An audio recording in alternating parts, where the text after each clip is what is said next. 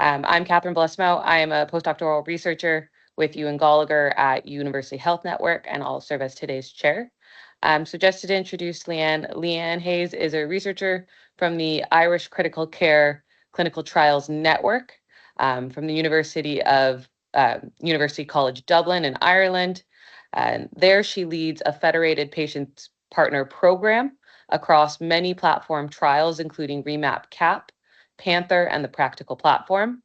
Her research interests include patient involvement in trial, which is the subject of today's talk, trial methodology, and delivery. So I'll pass it on to Leanne, and we'll talk for close to an hour, but we'll leave some time for questions. And Leanne, I'll lead it to you to guide. Thanks very much, Catherine, for the introduction, and to the practical team for the invite. So maybe just give me a second. I'm not as used to Teams, so hopefully I will share my slides appropriately. Are they coming up okay? Yes. Yeah. So thank you everyone for attending today's Adaptive Platform Trial webinar, and the title of today's talk is Involving Patient Partners in Critical Care Platform Trials. So no real disclosures related to this work. My time is funded by our national funder here and some funding from the UK through clinical trials grants. Although it's not a disclosure, I just want to acknowledge that we work with patient partners throughout all this work, so in Ireland and internationally, and that's just the logos of our various groups. So just the learning objectives. So we're going to go through what patient partnership is, why it's important. We're going to go through kind of how you might involve patient partners in your research, and we'll identify some of the challenges and opportunities specific to adaptive platforms for this webinar. So patient partnership comes from the idea of responsible research and innovation, and this is across the research lifecycle and all types of research. So this idea is that there's an approach that societal actors, so that's researchers, citizens, policymakers, organizations work together throughout the research process, and it's about aligning processes and outcomes to values, needs, and expectations. So this is the wider thing across all research that happens in different areas. And then in terms of healthcare, I think oncology really started this movement towards collaborative working with people that both participate in our research and also who it affects. And I think in critical care, we then got more involved in this idea over the last kind of 5 to 10 years. And in health and social care research in Ireland and the UK, we call this patient and public involvement, or PPI. So I'm just going to give some terminology just so we're all on the same page. So in Ireland, and I mentioned the UK and Pakistan and a good few countries worldwide, we call this patient partnership, patient and public involvement. And there's a bit of engagement, which I'll get to later. In Australia, if there's anyone online from there, they call it consumer and community involvement. In Canada, I think the preferred term is patient engagement research. And then these are all the other terms. So in Europe, they actually call it citizen science. And there's also lived experience advisors, citizen researchers, patient family advisors. So there's a number of terms, but for the purposes of today's talk, we'll use patient and public involvement, but it means the exact same as these other terms. So what is patient and public involvement? So this is research being carried out with or by members of the public, rather than to, about, or for them. So I guess what does that mean? So that means that it's an active partnership. So it's you as a researcher working with someone with lived experience of a particular health condition. So it's working together rather than someone participating and providing data to your study. So it includes and it values the lived experience, learning, and insights of someone who has experienced that disease, or a member of the public who may become unwell with that disease. And that's really where the expertise lies, is the lived experience in this work. So just to clarify, involvement is not participation in a clinical trial or seeking views and experiences of someone that you're using towards research data. So that would be things like qualitative research, maybe interviewing people about their experience of the consent process. So anything that involves collecting data isn't considered involvement. And that's the clear distinction between participation and active partnership. And anything also that's a one-way dialogue. So involvement is a two-way dialogue. So it's you and the researcher, you and the patient partner discussing things, rather than you giving them information or them giving you information. So there's some levels when we get into the terminology. So involvement is considered throughout the research life cycle. So it's a defined role. There's some decision making, and there might be joint planning. And examples of this might be a research advisory group, maybe a member of a trial steering committee. And the partnership is kind of a level above that, where there's an equal and joint level of decision making. And they might even lead the project. So that can also be involved in trials. And then in terms of kind of models, so there's things like co-design. So maybe planning a research study together, co-creation, maybe developing a consent video with a patient partner, and then co-assessment, which is monitoring, looking at data and results. So we also do a bit of what we call patient and public engagement. So that's where the E comes in PPIE.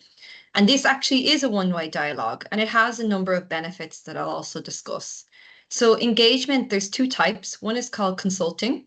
So this is where the public gives you information as the research. So this is things like surveys and focus groups. And the advantage of this is that you can reach large groups of people that you wouldn't be able to work as closely with on a one-to-one or group basis.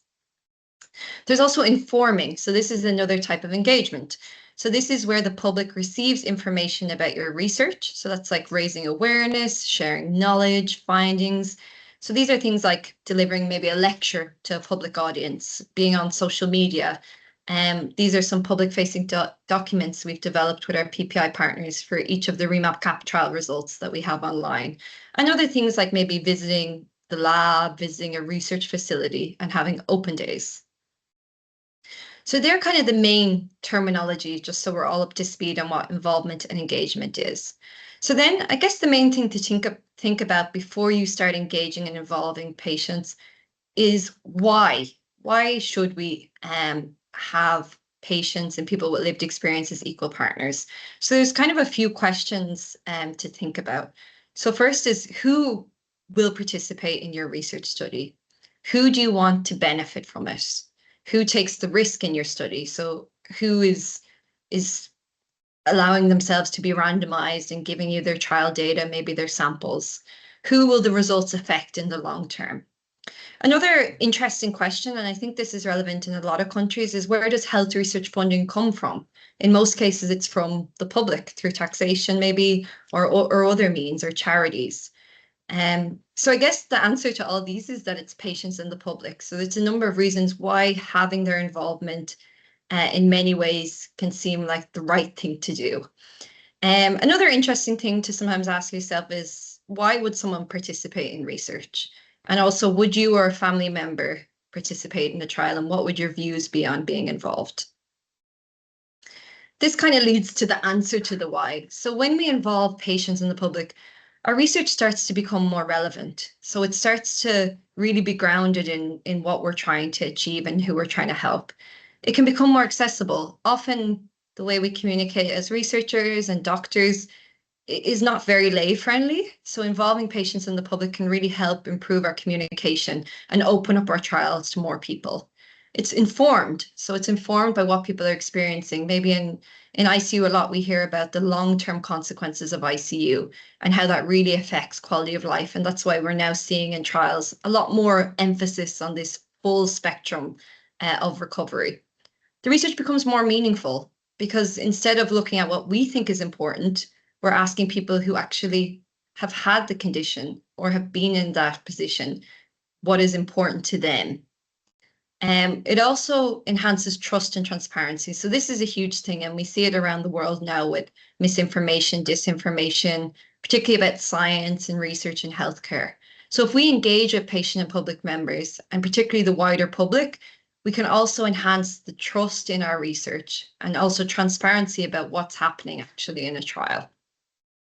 There's some evidence that it might help increase participation, retention. I think it's still a bit uncertain, the more quantitative aspects, but certainly having more accessible information is beneficial. And it all comes from unique lived experience. It all comes from a space of unique lived experience. So we're seeing another reason why is a lot of guidelines worldwide are discussing basically patient engagement and that this should be done.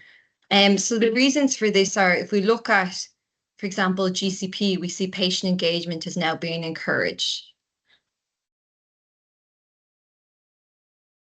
If we look now at the World Health Organization, its recent guidance for best practices in clinical trials from 2024, which was in response to the World Health Resolution on strengthening clinical trials. And what we can see here is that community engagement is now a pillar and a recommendation for researchers and organizations and funders. We're seeing that it's being acknowledged as best practice to increase relevance and impact. And we can see this here recommended by our funders, which of course is a big push to involve for grant funding. So we can see that in the UK, Canada, Ireland, and most funders worldwide. Here's an example actually of our health service, our public health service now has patient and public involvement, and that's more around quality and safety of patient care. And also in some guidelines on drug regulation. So you can see the FDA has an evolution of patient engagement. So basically everywhere is now encouraging that we do this because they're seeing the value and the importance. So just some evidence, because we all like evidence. This was a study, a systematic review that found that PPI increased participant enrollment. There's some work on also retention, but a lot of it is also the qualitative value of how we make our trials more meaningful, more accessible. This was just an example of one of our PPI members who by themselves went out into the media and explained the importance of participating in trials during COVID-19. And this was quite impactful to see this in our national media. So now on to the second bit. So we've talked a bit about all the terminology, why you should do this, and we're going to talk about the how. So I guess the first thing is you're starting off, you have a particular research interest area, or there's a question you're thinking about, and you realize that you should really ask people with lived experience before you start designing your research. So first you want to think about the who. So who is that patient and public audience that you should be engaging with? So for example, I'm going to talk through examples later, but we have a network where we run clinical trials in ICU, and they're for all disease areas. So within our Irish network, we could have a trial on mechanical ventilation, like practical, or we could have a trial on brain injury, like Bonanza.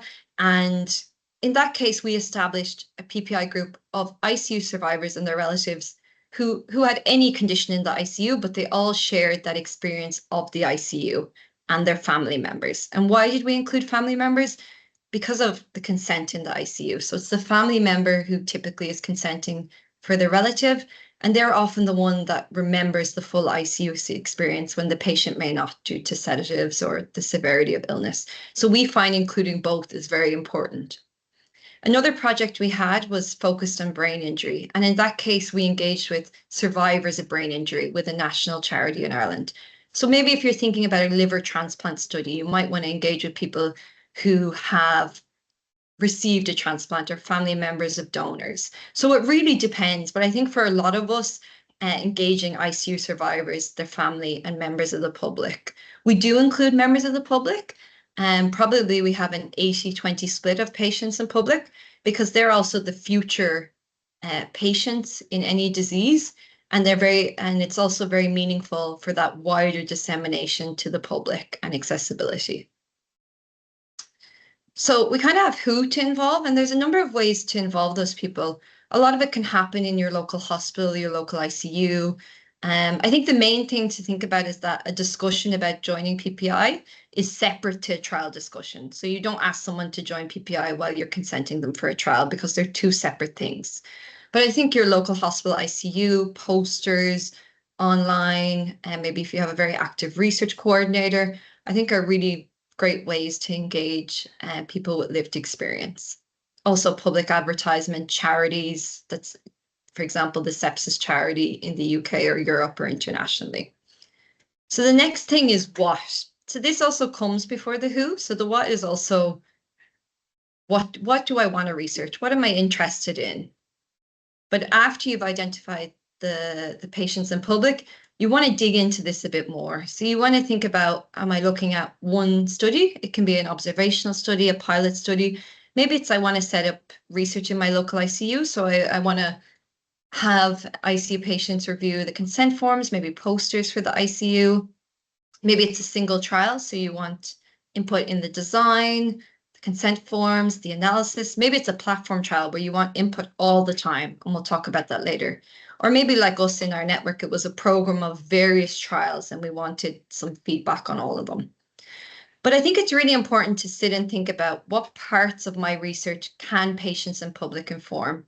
I've certainly had meetings where I've discussed things with patients and the public, and in the end, they probably weren't things that maybe could change, like very stringent design rules or statistical rules. So I think the more things you can think about that actually can change, so that might be the consent forms, it might be decisions around the design before it's designed, dissemination, how I deal with results, is what I'm doing appropriate? All of these things, and I would start with some low-hanging fruit, something that has a tangible output, whether that's maybe a new leaflet for ICU research or a consent form. So then patients and public in your group feel invigorated that it actually does make a difference. And it's also quite an interesting exercise, maybe at your first meeting, looking at activities, engaging interest in your group. So this is an example of what we've discussed in our ICU group. So we always start with the ICU experience and let members discuss that. Communication always comes up and how we need to communicate better. Then things like consent, dissemination, changes to consent, specific studies, outcome measures, design, investigation of medicinal products, precision medicine. So this seems like quite a lot. But if you think, even if you have a small observational study, at least half of these are still relevant. You're still going to want to know how you should approach consent, how you should share results, what outcomes you should measure. You might want help with the ethics and regulatory communication. And then if you get into a platform trial, you might have some that are industry studies. You might want to run a methodology study. So there's always things to discuss. You just need to have a think about and be creative about what can be informed. So then another question is when? When should you have these meetings and these involvement? So the golden rule is as early as possible. So, but this isn't always the case.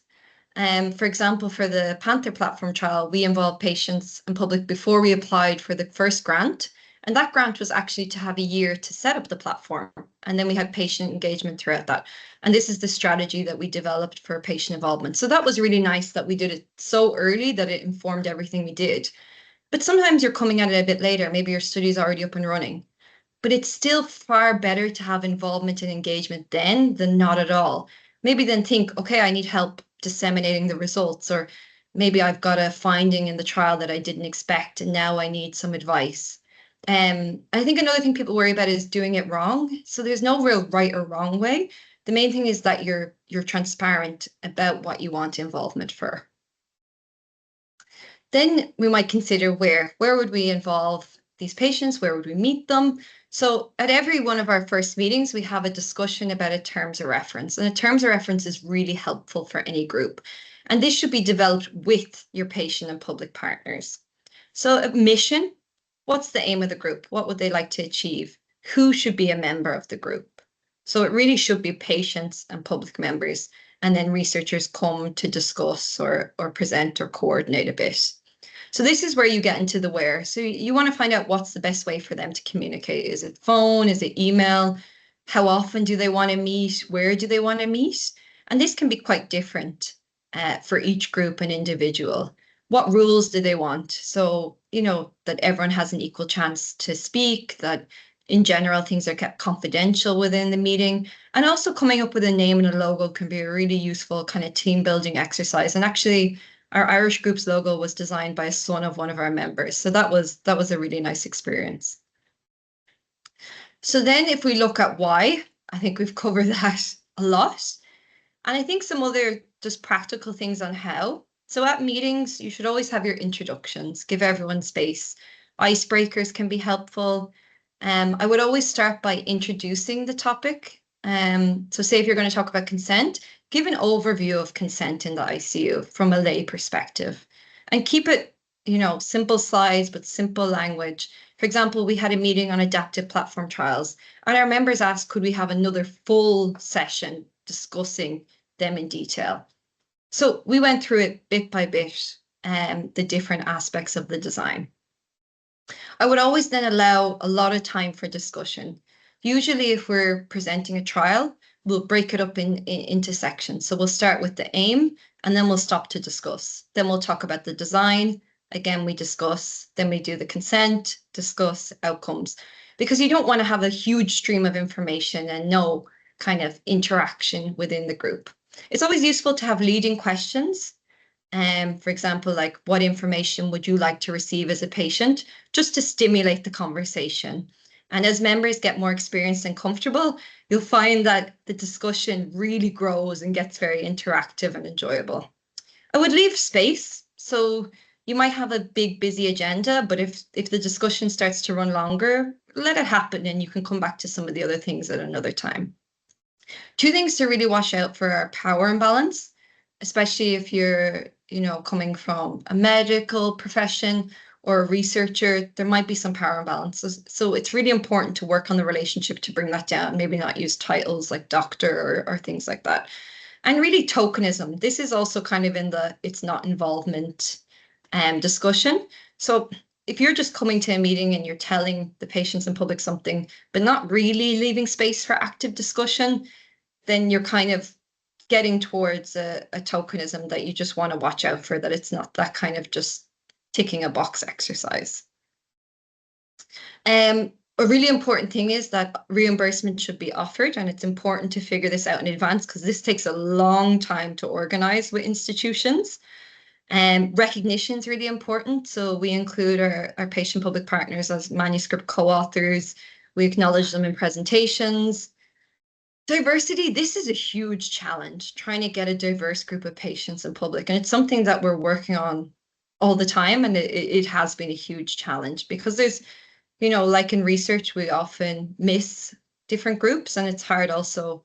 It can be a challenge to have that diversity in PPI. But I do think starting with some patient partners and then building that diversity as much as you can through community organizations or other avenues. I think the main thing to consider is that it's all about building relationships and time. So it requires a lot of time. So just make sure that you've thought about that up front. And there's a lot of people and networks out there that have patient and public involvement groups who will be certainly willing to help and advise you on setting up PPI in your trial. One kind of question that people ask me about reimbursement is if you're starting with a very small study, it's different for a platform trial where you don't have any funding, but you want to do some patient engagement, what can you do? So for this, I would engage with a group or a network and see if you can maybe present at one of their meetings and go that way. Or you can always advertise and specifically say, at this moment, I don't have any funding, but I'm applying for funding. And when I do get funding, then I would start to reimburse time.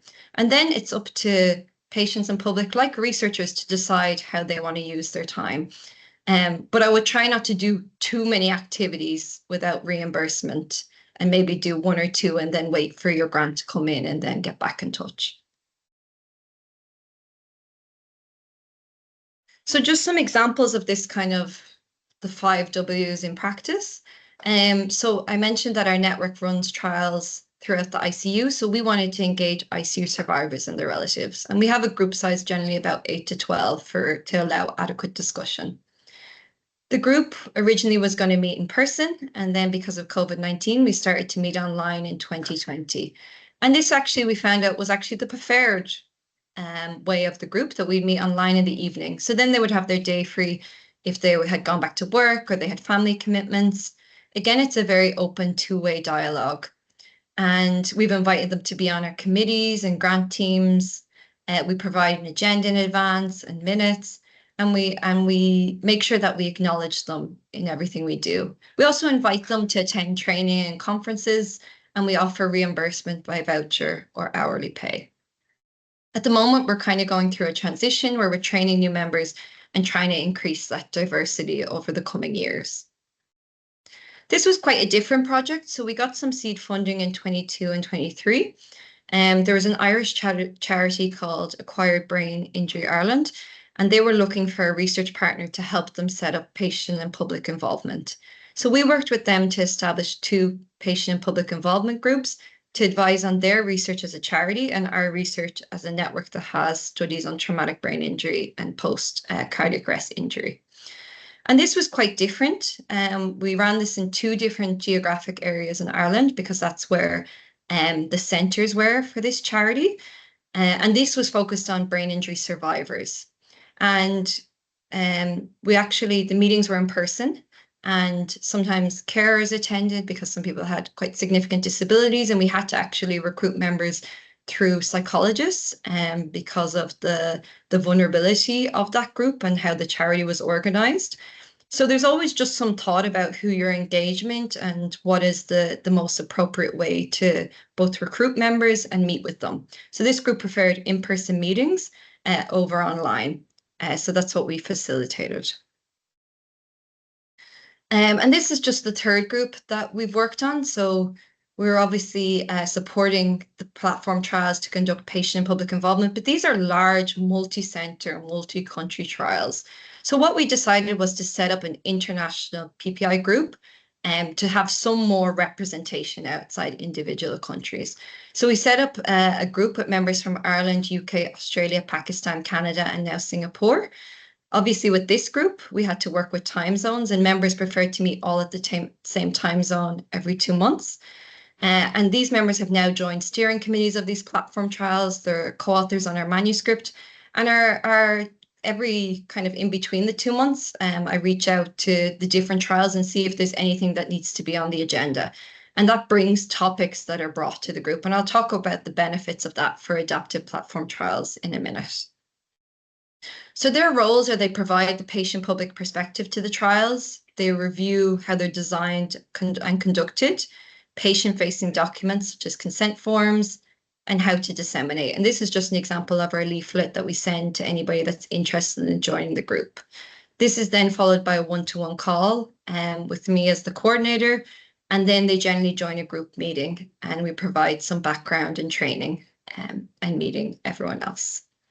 For this group, because it's international, there's national coordinators in each country who also engage with their members. For example, in Pakistan, there's a very active patient and public involvement group who have a number of members who've joined this group. Then a little bit just about how we've engaged with the public. So after the pandemic, we ran a global survey with 10,000 respondents across 13 countries, asking opinions of participation in trials, consent, adaptive platforms, and numerous other things. And we found the public were very open to participation in trials, both in pandemic and non-pandemic settings, and that they preferred deferred consent over missing the enrollment window to a trial.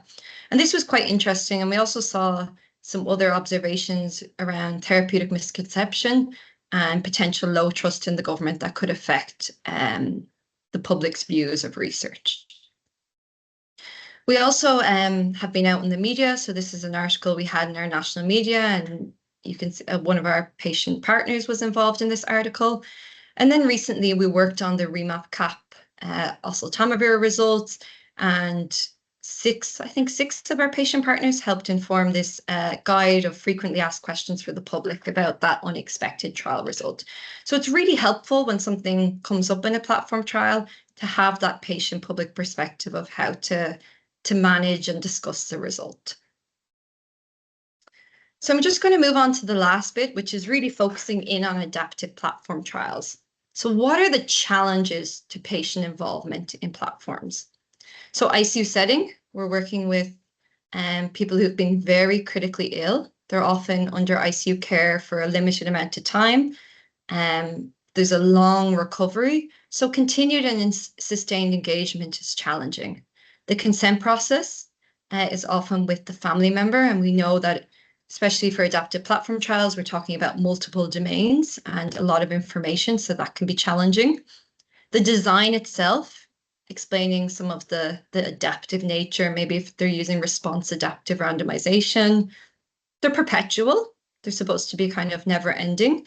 and adaptive. So they're often changing. Sometimes the outcome measure can change, the domains change, new trials come, and results. With a platform trial, you have results at multiple different times, depending on when they hit a trigger. So that can also be challenging in terms of engagement. And they're usually multi-country, multi-setting. So you're dealing with very different healthcare systems, patient populations, health literacy, and communication.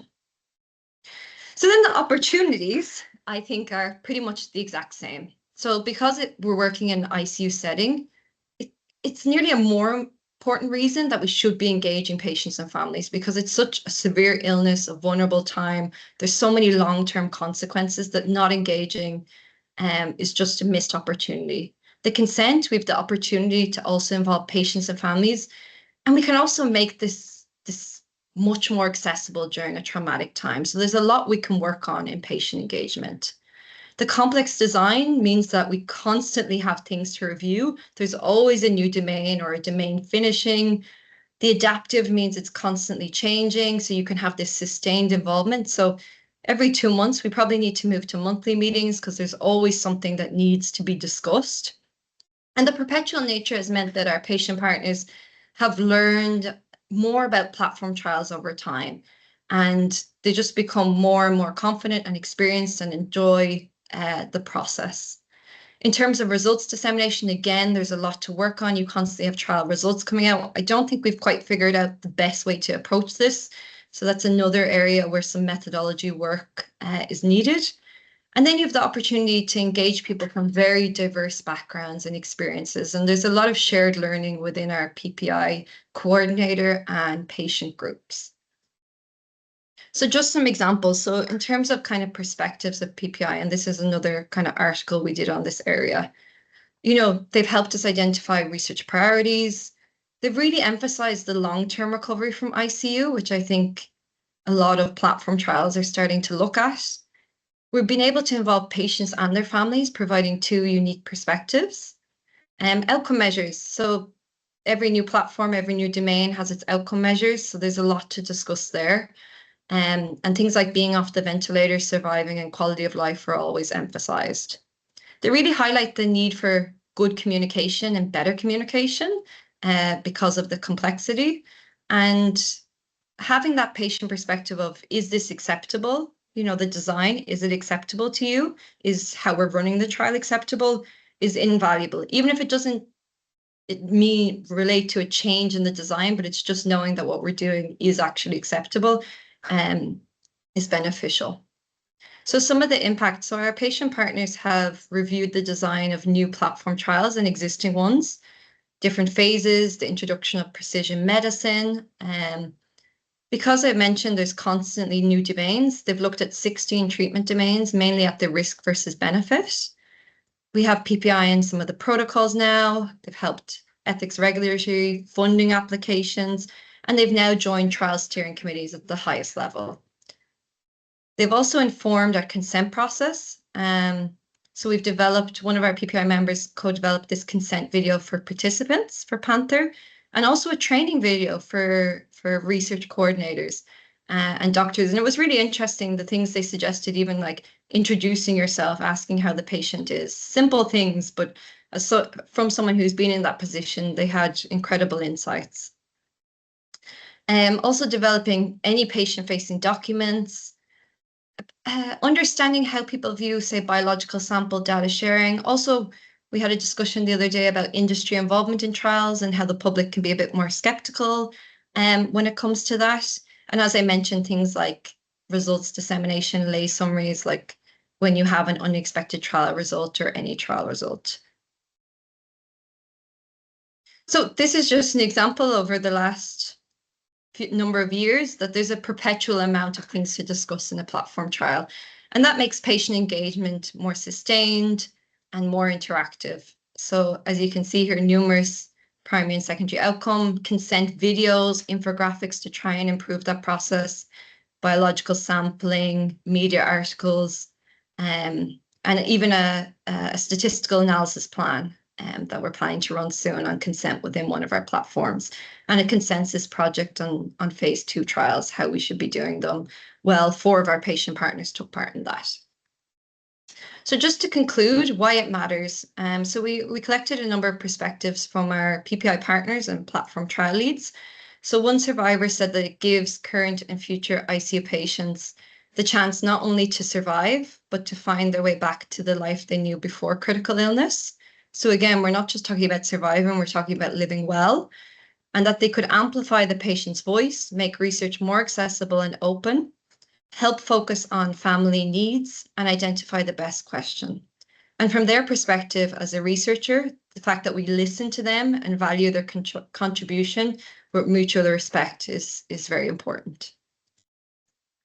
And then from a trialist for a new platform, he found that it was such a help to have a group of patients and public who were motivated, enthusiastic, and keen to deliver research for others, but also who understood how to contribute in a meaningful way and weren't afraid to voice opinions. And that it was very obvious to him that it was a relationship of real partnership. And for his trial, which is likely to launch soon, it was invaluable. So I'm just going to finish just a few links. So this is just our PPI webpage, PPI Ignite, which is an organization within our university that has a lot of great resources for setting up and evaluating PPI. And then also the Zawadian Critical Care Research Group, they've recently launched a toolkit that walks you step by step through setting up PPI. That's available on that webpage and worth a look. And thank you. Happy for any questions or emails. Thank you, Leanne. What a fascinating presentation to start at least my morning off. I'll open it to the floor in case anybody has any questions that they imminently want to ask. And oh, go ahead.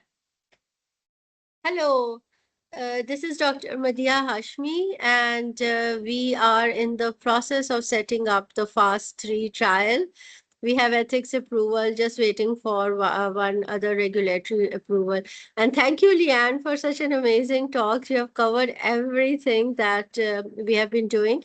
I just wanted to ask maybe the practical team if they would be open to changes in the consent form. I'm saying that because English is not our first language, and we just end up translating the consent forms that are given by the practical team. We translate them, and we did the same for a very large mega rocks trial testing conservative versus liberal oxygen. And when we showed those documents to our PPI group, they said, this is ridiculous. Nobody is going to understand it. Nobody is going to read it. So they suggested to make it very simple and tell them the things that are important to them, and maybe convert them into an infographic form. So then we did all those documents, submitted back to the Megarox steering committee. They approved it. Then we got them approved from our ethics committee, and we used that. So if we would do anything like that, would you be open to that? Or like, what is your perspective? Thanks.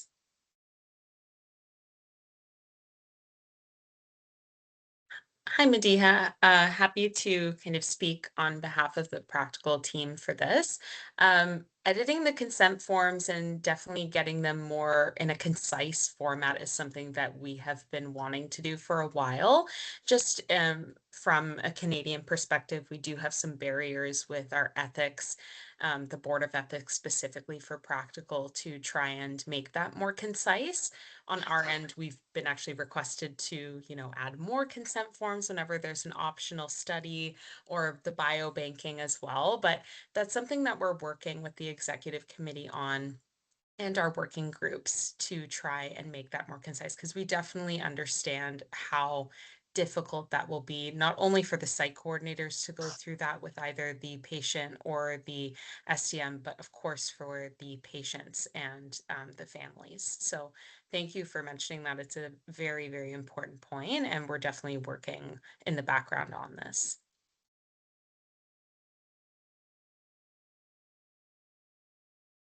Kathy, you had your hand raised. Did you want to speak as well? Yeah, thanks, Madiha and Dimitra. Thank you so much. I think Dimitra summarized it all. We are working very hard in the background because we understand and we can relate to the challenges that all the patient and caregivers are facing. We're working in the back end with our REB to look into different ways to condense as well as streamline the consent process. Infographic is something that we have been working on. And like we are going to work on Fast3 as well as one of the domains within the practical platform. So bear with us, we are working on it. Thanks. Yeah, I think it's also quite an interesting, there is different levels. So like, you're like the infographic, a broad infographic, but then maybe there's also tailoring to the cultural context that might be important. So like say a broad infographic, but then there might be one that's, slightly more appropriate in Ireland or slightly more appropriate in Canada and also Pakistan or Singapore. So I think it's quite interesting, the idea of having these kind of culturally adapted and obviously translated and also the idea of bringing in videos is another thing that we've been working on within Panther. We now have consent videos and so I think there's kind of different levels of what can be done in a platform trial. Go ahead. Yeah, so maybe I think we also prepared a video for Mega Rocks. So I will just share those documents and videos with you, and that will give you an idea what our patient partners suggested us to make the informed consent process easier. So maybe you'll get some more insights into how easy it has to be to involve the to get the consent, but involving the patient's perspective into it. Thank you, Madiha. That would be great. And thank you again for your patience. I know Fast3 is particularly difficult with the number of consents. So thank you so much. Thanks. So is there any additional questions for Leanne? I mean, if people are still thinking of them, I'm happy to ask a few here. Leanne, so in your experience with all these patient partner groups, what kind of are you feeling is like the optimal size? Is 8 voices enough to speak for potentially thousands of representative patients? When is it too much? When is it not enough? Yeah, I think that's a really good question. And I think so the answer is 8 to 10 people is never going to be enough to speak for thousands of people. So I think there's kind of a middle ground. So it also depends on, so PPI takes a lot of time and a lot of resources, which is one thing. And then if you want to have an interactive meeting, 8 to 10 people, 8 to 12 people is already starting to stretch the limits of everyone having time to discuss something and interact with the researchers. So what you really need probably is multiple groups working on similar things and then multiple coordinators. There's also different levels. So maybe you want to have a local group, for your hospital, then you might want to have a national group and then maybe international. I think definitely we need more patient partners and we would welcome more people involved in our activities because I think, how to get that representativeness. I think the other side of it is we also just need to do more broad work with large number of patients and the public through surveys and focus groups and things like that to kind of get those broader opinions. But I definitely think 8 to 10 people is not representative, but it's a manageable group size. But it's more that we just need more of them. And we also need to start including people who don't often want to engage in that way initially. No, thank you. I think that's an excellent point. I always think perhaps with our patient partners, we're always keen to grab people who are keen for research, but that's not necessarily the experience of every single family or patient coming through research. And I think to add to that, Sharice had an excellent question that I'll just read out. So how would you identify potential patient partners from the ICU population? And how do you decide when is the right time to approach them to be a partner? Is this based on a relationship you've built with them as their care physician in the ICU, or is there other ways you would recommend us seeking out our partners? Yeah, I think that's a really interesting question. I think There's differences depending on the country and the setting. So the way we've traditionally managed it is through our research coordinator. So she generally has a very, active relationship with the patient and family, but we really stress that it needs to be separate to participating in a trial because it's a very different activity. So it normally comes after the trial stuff has been discussed, maybe at a later time point. And there is that relationship. I have seen other people where maybe they've been a doctor or a medic in the ICU and they've met a number of PPI contributors in different ways. And the other thing that we're starting to do now is the team have developed posters for our ICUs, and we're going to share them with anybody who's interested in the trials. And that's a way for patients and families to contact. We also advertise through established patient charities. So we have ICU Steps in Ireland and the UK. There's different sepsis, lung charities, and then we do some general online advertisement. But I would find the main way that we found kind of very interactive patient groups is through kind of hospital and ICU settings.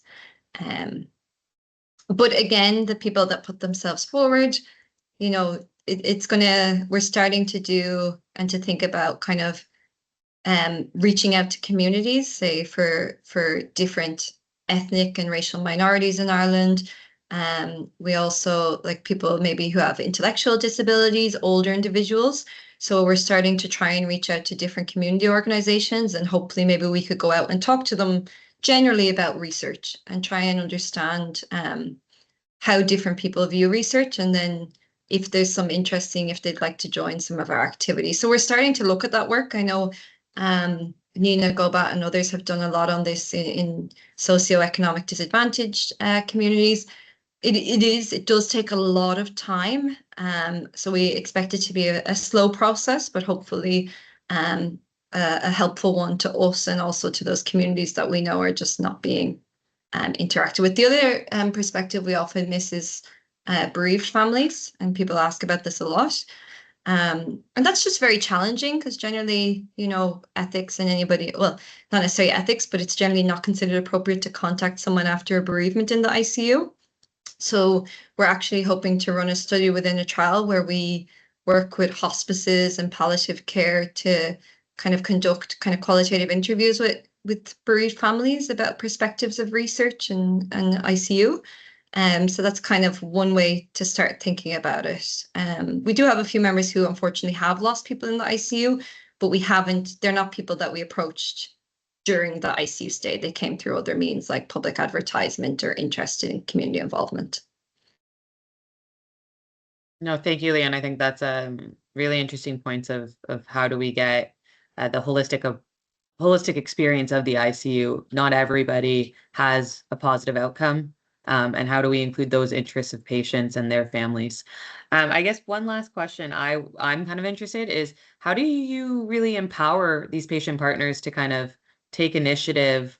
I mean, I've had experiences where we just simply ask them to join and they are there, but I'm interested to see on how you would recommend we engage them and try to get them to be an active voice and kind of put forward, because I think it is quite intimidating having somebody from the public or somebody who's going up against all these doctors essentially in a meeting, and how do you get them to feel that they can speak up? Yeah, so I think I just want to touch back on one thing first, is that also what we do is if the research coordinator, someone identifies someone potentially of interest, they're given my contact that's independent. So I'm not a doctor, I'm not involved in their care. And then we have a call about the PPI group at a later time. So it's just to have that kind of that there's no influence to do with their medical care or any pressure. So in terms of empowering members, so I think a lot of it is kind of the relationship. So we try and have a really nice atmosphere at meetings. We have a bit of fun, there's a bit of chat, we share a bit about what's going on, and there's a bit of vulnerability. I do share things that are going on in my life, particularly if I meet people. We go to conferences together, so you get to know each other as a person, I think helps. I really try and have the ratio of patient partners to researchers, like not too many research versus patient partners. That can be very hard if you have multiple people on the agenda. So I would say that's not often as achievable as I would like. And the other thing we found is that actually our groups tend to include some people with a bit more experience in, ICU advocacy or patient engagement and newer members. And you actually found that they kind of empower each other because they see someone who has experience who's really, has a powerful voice and they support other members. And I think we just try and work through it, gradually introduce the topic. And I think really it's also time, encouraging members. Okay, that was, checking in afterwards. Like we had 2 new members join a group. I emailed them afterwards because they really contributed brilliantly. And then to check, how did they find it? Was it okay? Is there anything? And if you've noticed some people are quieter in the group, sometimes I'll write to them on the chat saying, look, if you also want to write something in the chat, I can say it for you, and just checking in to see if they're okay. But I think seeing other PPI members and just seeing the reaction, if researchers are open to their views, I think that also adds a confidence. Or if I can say, like I know Zoe came and she presented on their consent paper on the recommendations. And because of the meeting, they're now going to have in the supplement a patient-facing version of the recommendations. So I can now go back to the group and say, look, because of what you thought, they're now changing this. So those sort of things, start to empower and build confidence. No, thank you. I think those are some excellent recommendations. Does anybody else from the group have any questions for Leanne? Okay. Leanne, is there a way to get in touch with you if we are very keen to learn more about PPI and potentially any openings and ways to join your groups? Yeah, I'll send the 2 emails in the chat. You can contact me directly, is fine, but we also have a PPI email. So if anyone is interested, or if you have any patient partners that you think might enjoy kind of some of the more international, or you want some of the posters or stuff like that, we can share it. Amazing. Thank you. All right. Well, I will end today's webinar. Thank